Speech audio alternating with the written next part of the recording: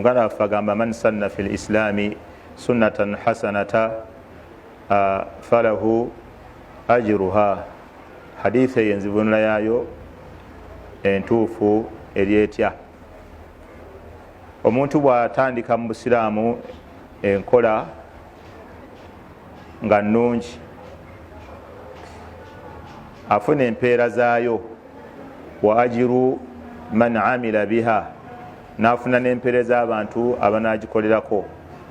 Oli mu Busiraamu tayinza okufunamu ekirowoozo ekigamba nti omuntu alina enkola gy'ayinza okutandika mu Busiraamu nga nnungi, kale wadde teyaliiwo ku mulembe gwa Nabbi, kale wadde basahaba tebagikola. Olitasobola kutandika nkola nga nnungi, n'afuna empeera zaayo n'empeera z'abanagikolerako.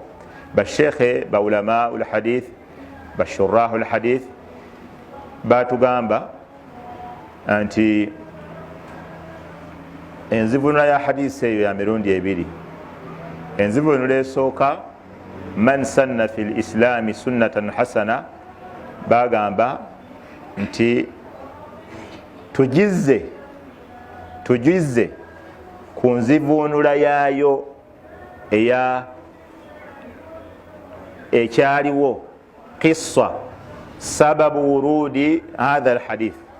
Nabbi sallallahu alaihi wasallam kyekyamwogeza hadisi eyo.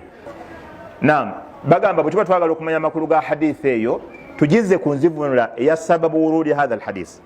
Nabbi yava ku kyokwogera ekyo ekigambo.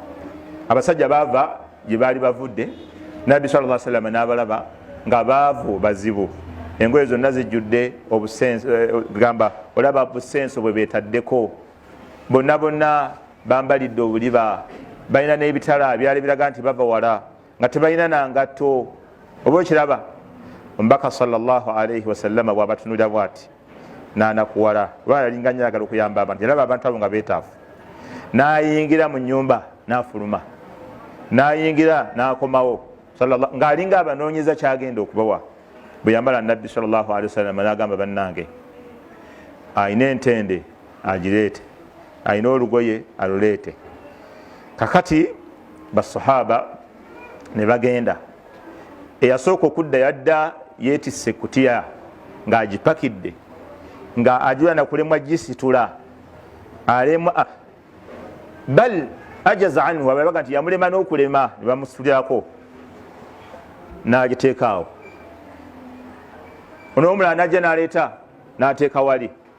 Kati abaamulabirako ng'aleese ne batandika okuleeta nga baleeta. Okiraba? Paka agamba lwe natuuka okulaba kawumayini ze entuumu bbiri ey'emmere oba n'ey'engoye nga zijjudde bweziti, agamba fastanaara wajhu rasulillahi sallallahu alaihi wasallam, nagenda okulaba ekyenyi ky'omubaka nga kyonna kitembagana, kaannahu mudhhaba, nga kiringa kye bayiridde zawabu dhahabu, kaannaha mudhhabatun, nga kyonna kiringa ekiriko zaabu, nga Nabbi essanyu limutta. Bwe yamala Nabbi sallama kyeyava agamba nti omuntu yenna atandika mu Busiraamu enkola ennungi agenda kufuna empeera z'abo abanaamugoberera. Kati man sanna, awo yali etegeeza ki? Kutandikawo kintu kipya nga si kya mu Busiraamu. Abaffe okugaba n'okuwa tekulina asulu shari, kyali kitegeeza kutandika mulimu mulungi n'oba nga gwe okulembedde. Oba kitegedde? Yenzivunula esooka, kutandika mulimu mulungi n'oba nga gwe okoze eki? Okulembedde. Abalala bonna ne bakulabirako ne bakola omulimu ogwo, obeera ofunye empeera z'abo abantu abagukoleddeko nga gwe osoose, ng'oyo bwe yasooka. Okiraba?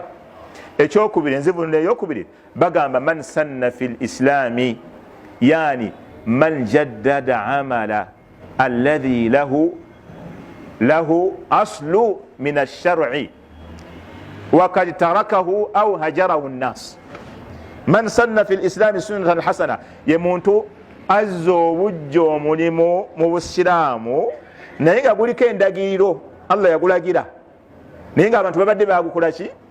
Baguleka, bagusenguka, tebakyagukola, naye nga guliko aslu shar'i, Allah yagulagira, Nabbi yagulagira. Ng'olaba okugaba, Allah yali yakulagira, Nabbi yali yakulagira. Kati abantu baba bakulese gwe n'okutandika n'okukomyawo.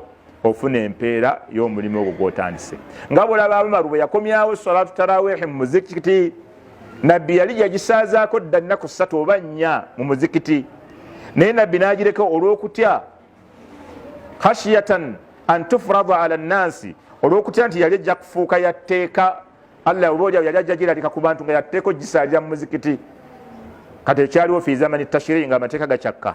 Kati nabbi sallallahu alayhi wasallam bwe yamala okufa, omulyango gw'okuleeta amateeka amapya ne gukuvaawo, Umaru n'abagamba nti mukole eki, kati mukomewo mugisaalire mu muzikiti. Era n'agamba eyo bid'a nnungi, yani aleese ekintu ekirina aslu, bid'atu lugawi,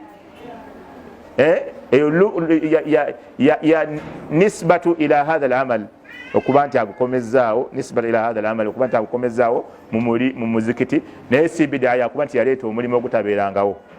N'olwekyo bid'a abaganda baffe abamu kye batamanyi nti bid'a esobola okubeera mu sifa ne kaifiya ne adadu ne makaanu ne zamanu. Bid'a esobola okubeera mu bintu bingi. Kambayo ekyokulabirako, Kaaba temugiraba? Allah tabaraka wa taala yatulagira ogyetolola, waliyatawafu bilbaiti latiq, bagende betolole Kaaba. Allah teyatulagira okwetolola Kaaba? Fena tukikanyako?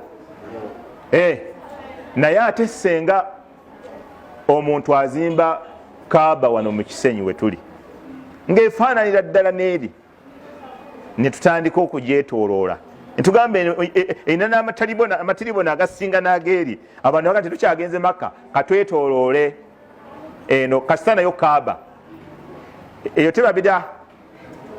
Eba bid'a, kubanga Kaaba, ekifo we tulina okwetoloola Kaaba si we wano, ekifo kirina kubawa. Kati eyo bid'a eri mu kifo, oba okitegedde? Allah tugamba okwetoloola Kaaba naye si buli Kaaba. Ekirala bid'a esobola okubeera mu adadu, mu muwendo. Kale nze ngenze na Makka, Allah tabaraka wa taala tugamba tugende Makka twetoloole Kaaba, nabbi n'atuyigiriza twetoloola mirundi emeka? Ti 7. Kati gwe n'ogamba nti nze nkyalina amaanyi kanetoloole emirundi 8 oba 14, ne wetoloola 14. Oba okoze bid'a mu adadu, muki? Mu muwendo. Nabbi tugamba 7, gwokoze emeka? Ne sifa kaifiya, sifa nabbi sallallahu alayhi wasallam tugamba twetolola Kaaba, guno omukono ogwa kkono bwe yali yeetolola, bwe yalinaanya Kaaba yeetolola bw'ati. Kati gwesobola okubeera n'olinyisa imaani nga naye omukono ogwa ddyo guno gwe gusinga obulungi, lwekiziriza kkono ne muliraanya Kaaba? Waapi, ne weetoloola gwe bwoti. Kati nga tugamba okoze bid'a, emirundi weetolodde 7, naye sifa ne kaifiya, engeri gye weetolola musi eyo nabbi sallallahu alayhi wasallam gye yakola ki? Gye yalagira. Kakati n'ebirala n'okusaalira kuliko aslu min ash-shar'. Allah tulagira okusaalira nabbi Muhammad. Kale ate kaifiya, engeri gy'omusaaliramu nga tugikuba mu ttooki, yeeyo nabbi yagamba? Si yeeyo bid'a, eri mu kaifiya, mu ngeri. N'olwekyo omulimu gwonna bwe gubanga gwa ibaada, agututegeerera enkola yaagwo, agunnyonnyola enkola yaagwo, yani ye nabbi Muhammad sallallahu alaihi wasallam. Allah bw'amala okutulagira nga ffe tudduka ewa nabbi yagukola atya? Bwe yagukola bwe tulina okubeera nga tugukola. N'olwekyo gino emizindaalo si bid'a, esobola okubeera bid'a lugawi. Zino kapeti si bid'a, kubanga ebyo jasi ezo tobola abali ku madhhabu ga Imaamu Maliki baziyita almasailu almursala, ebintu nga byongeramu bwongezi mu ibaada eriko aslu, kwongeramu bwongezi kugitereeza, naye nga si kutandika nkola mpya. Muzindalo gwongera mu kutuusa takbira, tugamba nti no bid'a, gwongera mu kutuusa takbira yake.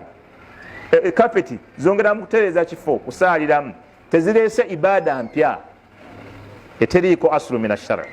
N'olwekyo abantu abamu batabula bid'a ey'olulimi ne bagitabula ne bid'a eri mu ibaadaati. La, bid'a esobola okubeera mu lulimi, eyo si gye twogerako, ey'ebintu ng'amasaawa, kulinnya nnyonyi, biki. Abantu bagenda ne boogera oluusi ebimu n'ebintu ebimu nga byewuunyisa. Luli batambuza nga bigeresi, balinnya nga mbalaasi, mwe nga mulinnya emmotoka, mulinnya ennyonyi, ezo nayo bid'a. Yaako ebyo biba tebikwatagana, ebyo tebiri mu ibaada, ebyo biri mu bintu bya nsi. Naye bid'a oba ogireese mu ibaada nga imma teyina aslu min ash-shari', teyina kikolo kuva ku nabbi wagiragirira, obanga kale eyina ekikolo naye nga enkola gyogikolamu si nabbi gye yagikolamu alayhi salatu wassalaamu.